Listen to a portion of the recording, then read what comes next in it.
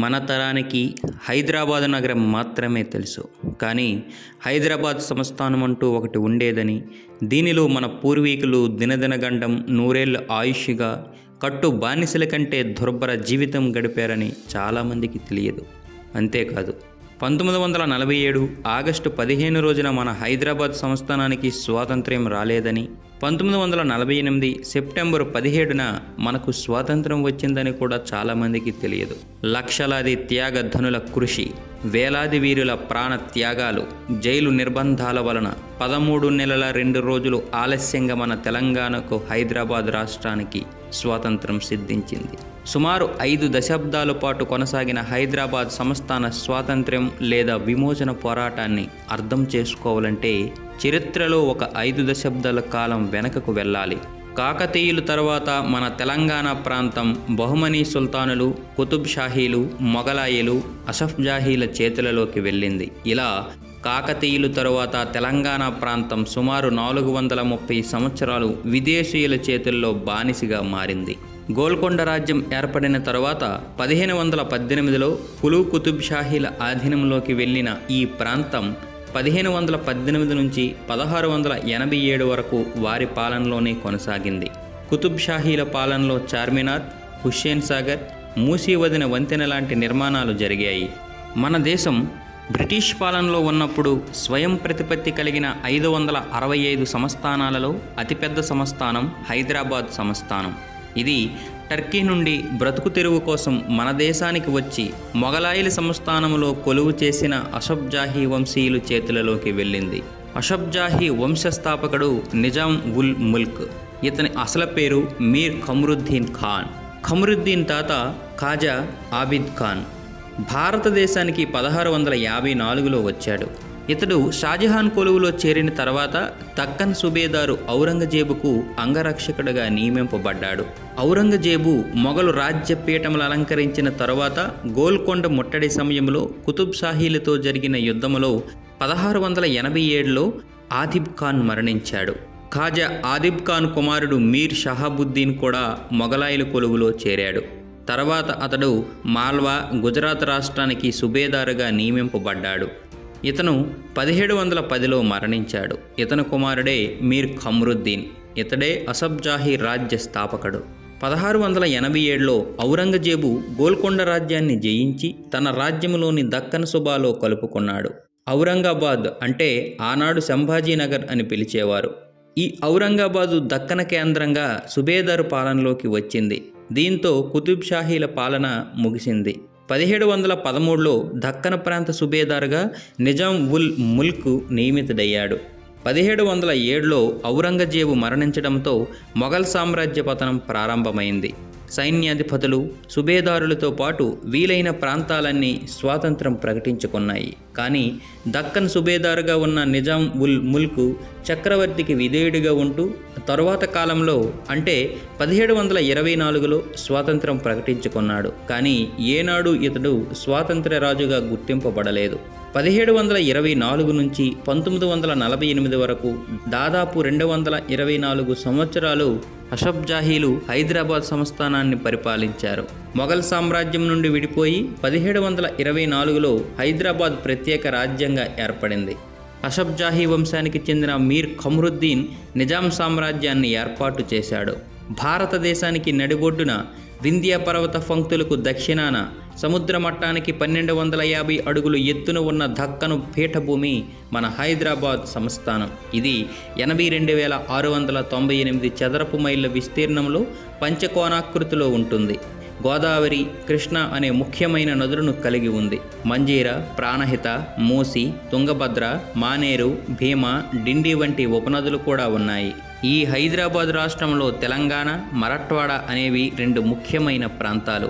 వీటిలో తెలంగాణ ప్రాంతంలో మాగాణి పంటలు ఎక్కువగా పండేవి. చెరువులు, కుంటలు, బావుల ద్వారా వరి పంట ఎక్కువగా సాగు చేసేవారు. తెలంగాణ ప్రాంతంలోని పాలమూరు జిల్లా ఆముదం పంటకు పెట్టింది పేరు. ఆదిలాబాదు జిల్లాలో అడవుల విస్తీర్ణం ఎక్కువ. ఆదిలాబాద్, వరంగల్ అడవులలో గిరిజనులు ఎక్కువగా ఉండేవారు. వీరిలో గోండులు, బిల్లులు, కోయలు, చెంచులు ఉండేవారు. అలాగే వడ్డెరవారు, పార్దీలు, లంబాడీలు కూడా ఉండేవారు. ఈ ప్రాంతం గ్రానైట్, ముగ్గురాళ్ళు, బొగ్గు గనులకు ప్రసిద్ధి చెందింది. ప్రపంచ ప్రఖ్యాతిగాంచిన కోహినూర్ వజ్రం కూడా గోల్కొండ ప్రాంతంలోనే దొరికింది. ఇప్పుడది బ్రిటిష్ రాణి కిరీటంలో ఉంది. అందుకే ఈ ప్రాంతాన్ని వజ్రాలి ఖని అని కూడా అంటారు. మరోవైపు మరాఠ్వాడా ప్రాంతం అనగా మరాఠీ మరియు కన్నడ భాషలు ఎక్కువగా మాట్లాడే ప్రాంతాలని మరాఠ్వాడా అని పిలిచేవారు. వర్షపాతం తెలంగాణతో పోల్చితే అక్కడ చాలా తక్కువ, కాబట్టి ఈ ప్రాంతాలలో ఎక్కువగా పత్తి పండించేవారు. ఆ కాలంలో ఈ రాష్ట్రాన్ని ముఖ్యంగా 3 ప్రాంతాలుగా విభజించారు. అవి తెలంగాణ, మరాఠ్వాడా, కర్ణాటక.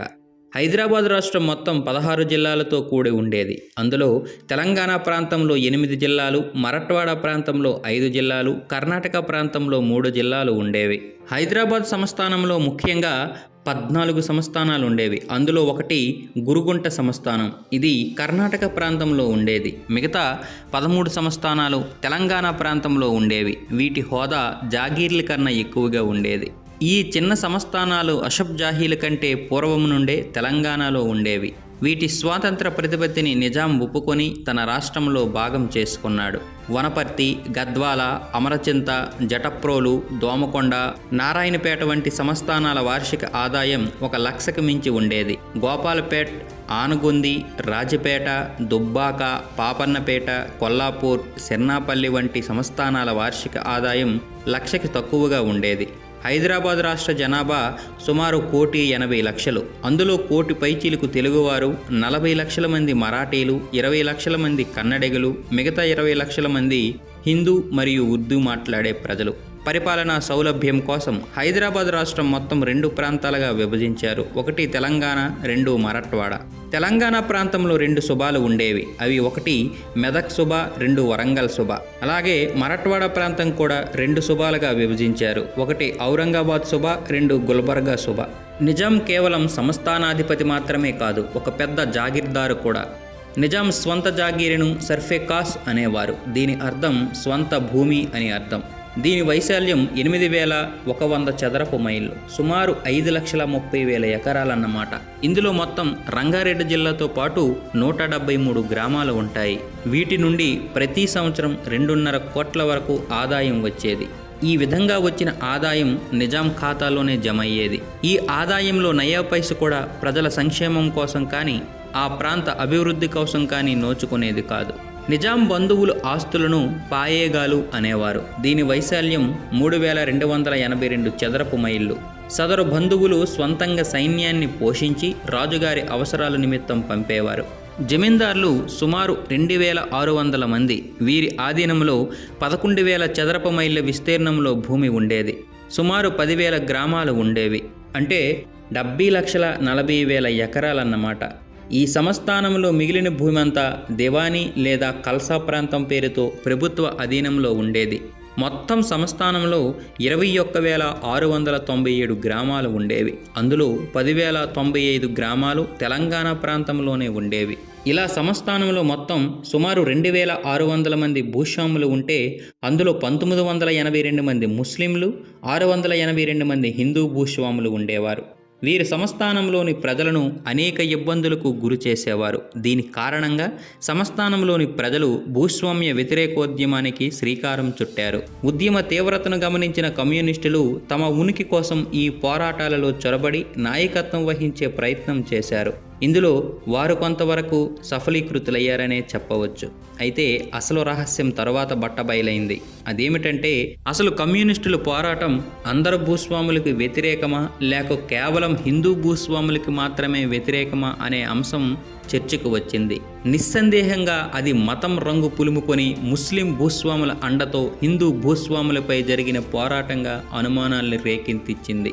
1724 నుండి 7 నిజాంలు హైదరాబాద్ రాష్ట్రాన్ని దాదాపు 224 సంవత్సరాలు పరిపాలించారు. అందులో మొదటివాడు నిజాం ఖమరుద్దీన్ ఖాన్, చివరివాడు నిజాం ఉస్మాన్ అలీ ఖాన్.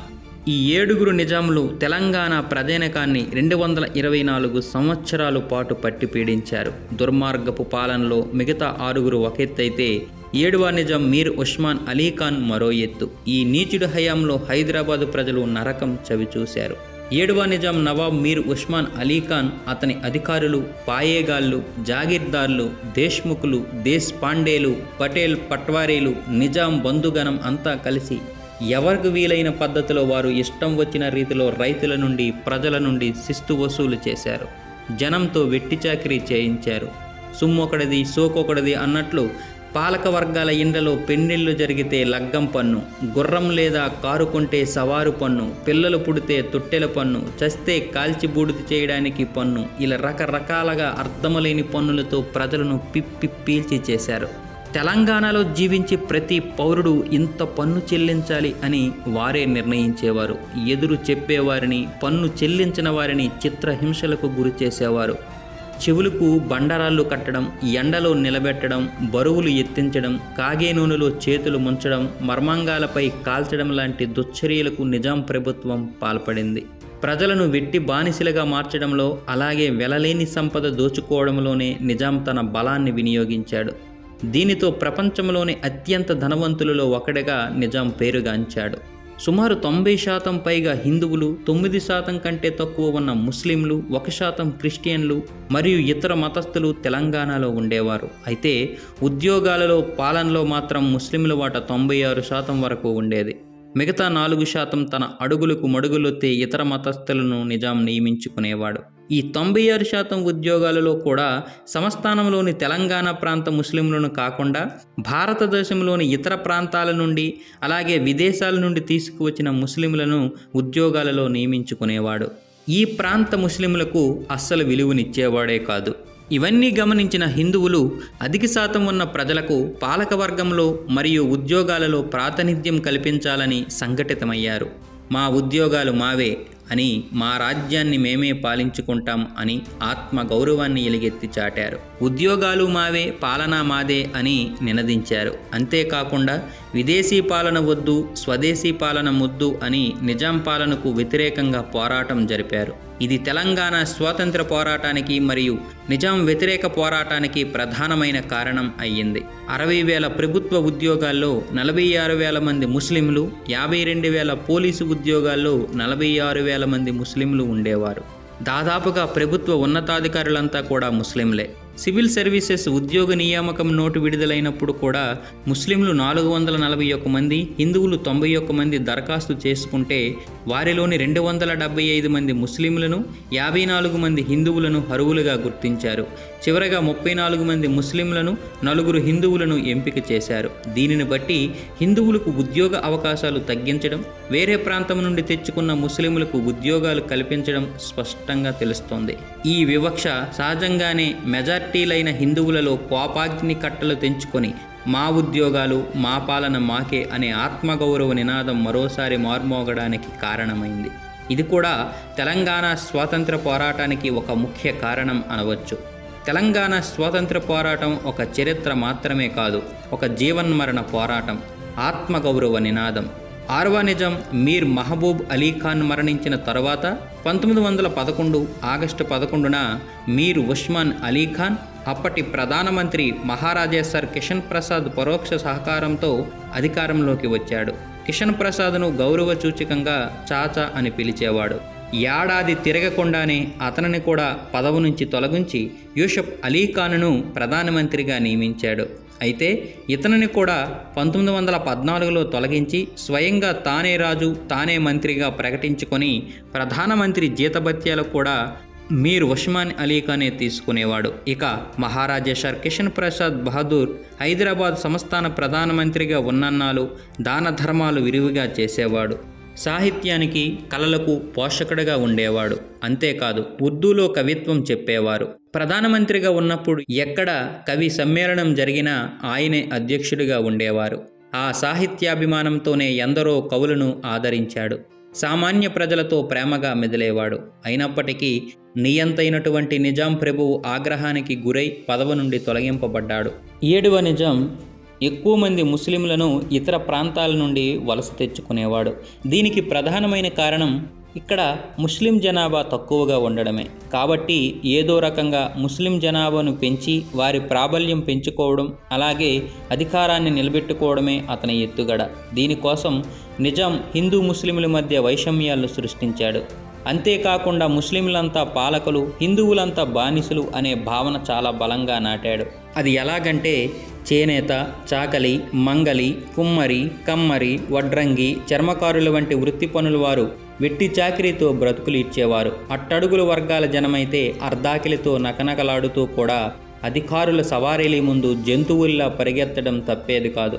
ప్రభుత్వ అధికారులు వచ్చినప్పుడు వారికి మిగతా సమయాల్లో గ్రామాధికారులకు సేవలు చేయడం అనేది వీరి నిత్య కృత్యం. ఈ కులం ఆ కులం అని కాకుండా దాదాపు ప్రతి ఒక్కరూ తమ సేవల్ని ఉచితంగా అందించాల్సి వచ్చేది. కోమటి వంట సామాగ్రి సమకూర్చాలి, నేతన్నలు వస్త్రాలు ఇవ్వాలి, కుమ్మరి నీళ్లు తెచ్చి వంట చేయాలి, చాకలి మంచాలు తెచ్చివేసి కాళ్ళొత్తాలి, గౌండ్లు మద్యం తెచ్చిపోయాలి, మంగలు కోళ్లు కోసి పెట్టాలి, అలాగే కందిళ్ళు తుడిచి దీపాలు వెలిగించాలి, మాదిగలు గుర్రాలకు గడ్డి కోసి తేవాలి, పొయ్యి కోసం కట్టెలు కొట్టుకురావాలి, అలాగే చావడి ముందు నెగడ్లు పెట్టి కావలి కాయాలి, పొరుగురికి మూటలు మోయాలి, గొర్రెల కొరమలు ఉచితంగా గొర్రెలను గొంగళ్లను ఇవ్వాలి, కాపులు భూస్వాములు మరియు నిజాముకు సంబంధించిన భూమిని సాగు చేసిన తర్వాతే వారి భూమిని సాగు చేసుకోవాలి. ఇంత చేసినా ప్రతిఫలంగా వాళ్లకు ముట్టేది చేవట్లు, దెబ్బలు. నిమ్న వర్గాల ప్రజలు పుట్టిందే వీళ్లకు సేవలు చేయడానికి అన్నట్లుగా బాంచెందొర అనుకుంటే చర్మం ఒలిచేవారు. మత విద్వేషాన్ని విషములా వ్యాపింపచేయడంలో నిజాం ఏ ఇతర ముస్లిం పరిపాలకుడి కంటే తక్కువేం తినలేదు. తబ్లిక్ అంటే మత మార్పిడ్లు, ఇవి అన్ని కోణాలలో జరుగుతుండేవి. నిజాం కొలువులో ప్రభుత్వములో ఉద్యోగాల కొరకు, బిరుదుల కొరకు, పదవుల కొరకు, అధికారుల కొరకు ప్రాకులాడే ప్రముఖ వర్గాల మూర్ఖులు వారి స్వదేశీ వేషభాషలను కూడా మార్చుకుని అదొక హోదాగా భావించేవారు. పైగా హిందువునని బహిరంగంగా చెప్పుకోవడానికి సిగ్గుపడేవారు. నిజాం హిందూ వ్యతిరేక పోకడలతో జనసామాన్యంలో వ్యతిరేకత క్రమంగా పెరుగుతూ వచ్చింది. దీనిని గమనించిన నిజాం ఇక్కడి ప్రజలను అణచివేయడానికి వారికి ఎలాంటి సదుపాయాలు అందకుండా చూసేవాడు. వాటిలో భాగంగానే పత్రికలపై నిషేధం, పండగలపై నిషేధం, సత్సంగాలపైన నిషేధం, సమావేశాలపైన, పెళ్లి ఊరేగింపులపైన, చివరకు చావు ఊరేగింపులకైనా అనుమతులు తప్పనిసరి చేశాడు.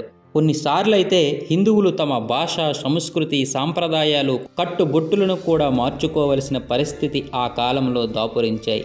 ప్రజాకంటకుడైన నిజాం చీకటి కోణాల్లో మరొకటి స్త్రీలోల తత్వం. కామ పిచాచి నిజాం తన కోరికలను తీర్చుకోవడానికి 360 మంది అందమైన స్త్రీలను తన రాజసౌధములోనే ఉంచుకునేవాడు.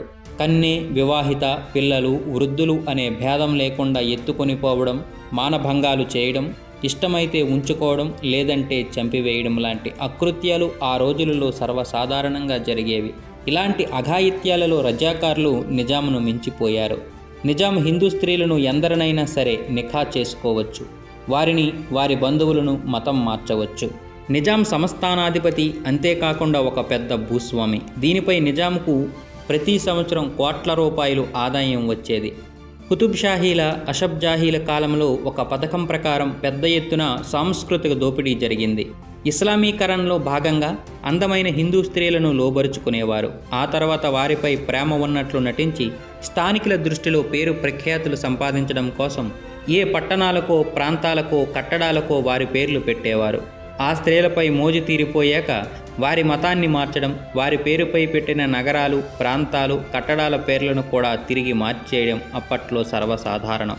ఇబ్రహీం కులీ కుతుబ్ షా భాగీరథి అనే అందమైన హిందూ యువతని పెళ్లి చేసుకుని ప్రజల దృష్టిలో గొప్పవాడిగా పేరు తెచ్చుకున్న తర్వాత భాగీరథిని మహమ్మదుబిగా మార్చాడు. అదేవిధంగా మహమ్మద్ కులీ కుతుబ్ షా భాగమతి అనే మరో అందమైన యువతని ప్రేమించి పెళ్లాడి ఆమెపై ప్రేమ పేరుతో 1591లో భాగ్యనగరాన్ని నిర్మించాడు.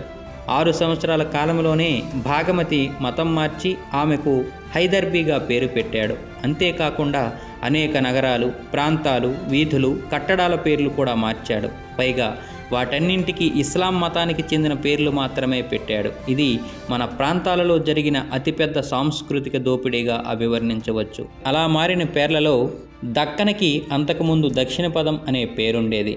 అలాగే మన హైదరాబాద్కి అంతకుముందు భాగ్యనగరం, గోల్కొండ గొల్లకొండ లేదా మానుకొండ అని పిలిచేవారు. నిజామాబాదుని ఇందూర్ అని పిలిచేవారు. పాలమూరుని మహబూబ్ నగర్గా మార్చారు. లస్కర్ని సికింద్రాబాద్ అని మార్చారు. ఖమ్మం మెట్టుని ఖమ్మంగా, యలగందులని కరీంనగర్గా, గంగవరాన్ని వికారాబాదుగా, మెతుకుసీమని మెదక్గా, ఎక్కెల్లి జహీరాబాదుగా, ఏదిలాపురాన్ని ఆదిలాబాద్, హుజేరాబాదుగా మార్చారు. ఇక్కడి ప్రజల సంస్కృతి, సాంప్రదాయాలు, సాహిత్యాలను నిజాం పాలకులు ఏనాడూ గౌరవించలేదు. 7వ నిజాం మహర్షి దయానంద సరస్వతి గారు వ్రాసిన సత్యార్థ ప్రకాశంను కూడా నిషేధించాడు. అంతేకాకుండా ఓం ఉన్న జెండాలని హవనం చేయడం, వ్యాయామశాలలపై నిషేధం విధించడం చేశాడు. హిందువులు ఎంతో భక్తి శ్రద్ధలతో జరుపుకునే వినాయక నవరాత్రులపై, దేవి శరన్నవరాత్రులపై, బతుకమ్మ, దసరా ఉత్సవాలపై ఎన్నో ఆంక్షలు విధింపబడ్డాయి. ఇవి చాలదన్నట్లు మొహర్రం నెల నుండి 40 రోజుల పాటు హిందువులు కూడా ముస్లింలను అనుసరించవలసిందే. స్థానిక సంస్కృతిని దెబ్బతీయడానికి నిజాం 3 అంశాలపై దృష్టిని కేంద్రీకరించాడు. 1 విద్యారంగం, 2 సాహిత్యం, 3 జనాభా మార్పిడి. నిజాం విద్యా వ్యవస్థను తీవ్ర నిర్లక్ష్యం చేశాడు. ఆ రోజులలో విద్యాలయాలలో నిజామును కీర్తిస్తూ ప్రార్థన కూడా చేయాలి. మరోవైపు ఉస్మానియా యూనివర్సిటీలో ముస్లింలు ప్రార్థన చేసుకోవడానికి ప్రత్యేకంగా మసీదులు నిర్మించాడు.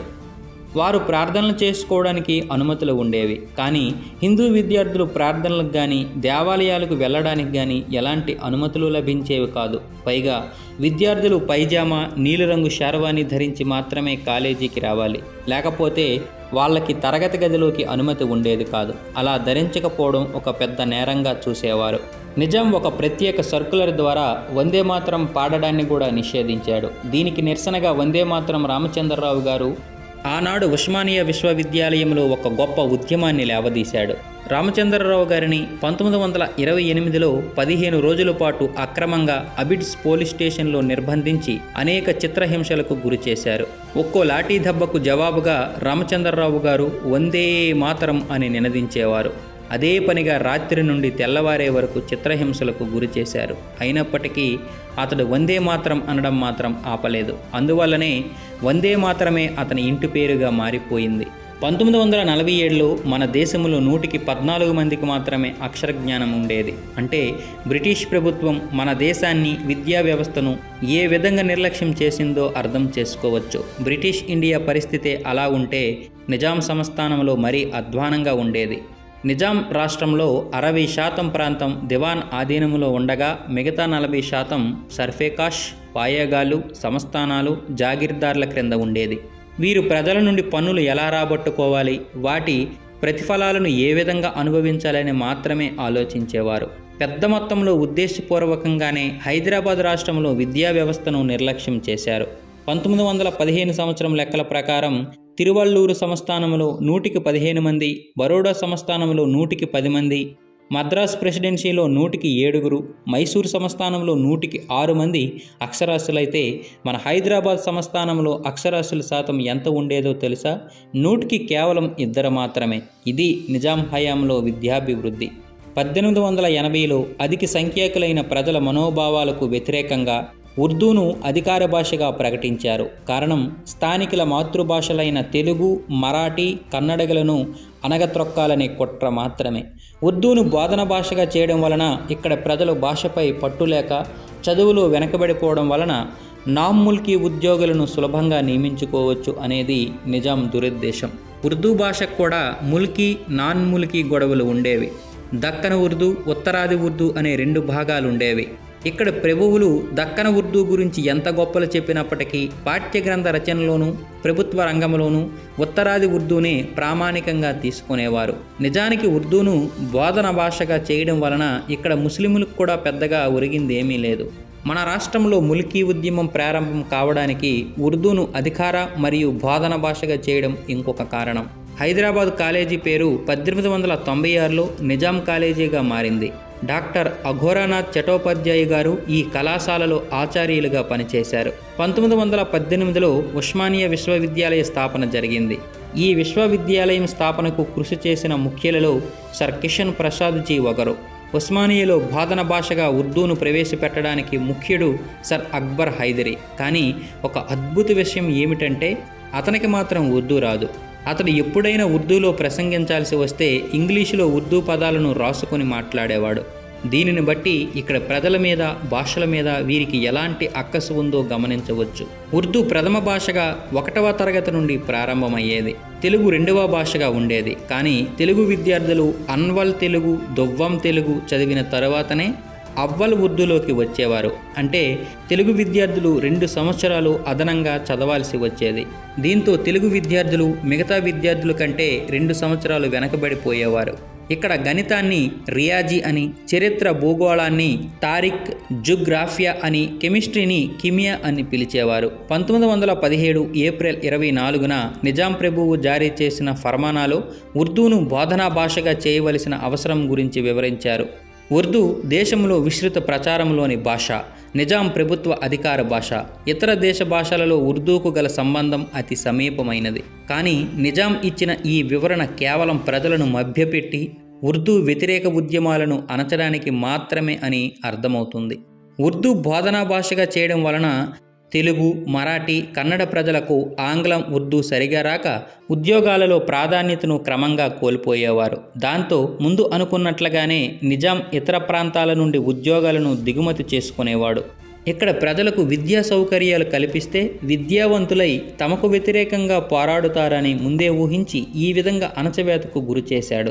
ఇలాంటి కుట్రల ఫలితంగానే 1881 నుండి 1931 మధ్యకాలంలో ముస్లింలలో చదువుకున్న వారి సంఖ్య రెట్టింపు కాగా హిందువులలో 0.4% మాత్రమే పెరిగింది. దీంతో ఉర్దూ ఆధిపత్యానికి వ్యతిరేకంగా ప్రజలు అనేక ఆందోళనలు, ఉద్యమాలు చేశారు. వారి ప్రధానమైన డిమాండ్లు మెట్రిక్ వరకు మాతృభాషలలో బోధన జరగాలి, హిందీ, సంస్కృత భాషలకు బోధనావకాశాలు కల్పించాలి, మెట్రిక్ తరువాత విద్య ఉర్దూలో కాక ఇంగ్లీషులో జరగాలి. ఇలా అనేక డిమాండ్లు చేశారు. 1882 వరకు హైదరాబాద్ మినయిస్తే రాష్ట్రంలోని మరొక ప్రాంతంలో హైస్కూల్ స్థాపనే జరగలేదు. 16 జిల్లాలలో కేవలం 2 జిల్లా కేంద్రాలలో మాత్రమే ఆంగ్లో వెర్నాకులర్ మిడిల్ స్కూళ్లు పనిచేసేవి. హైదరాబాద్ సంస్థానంలోని ప్రజల్లో కేవలం 2 నుండి 3% లోపే అక్షరాస్యులు ఉండేవారు.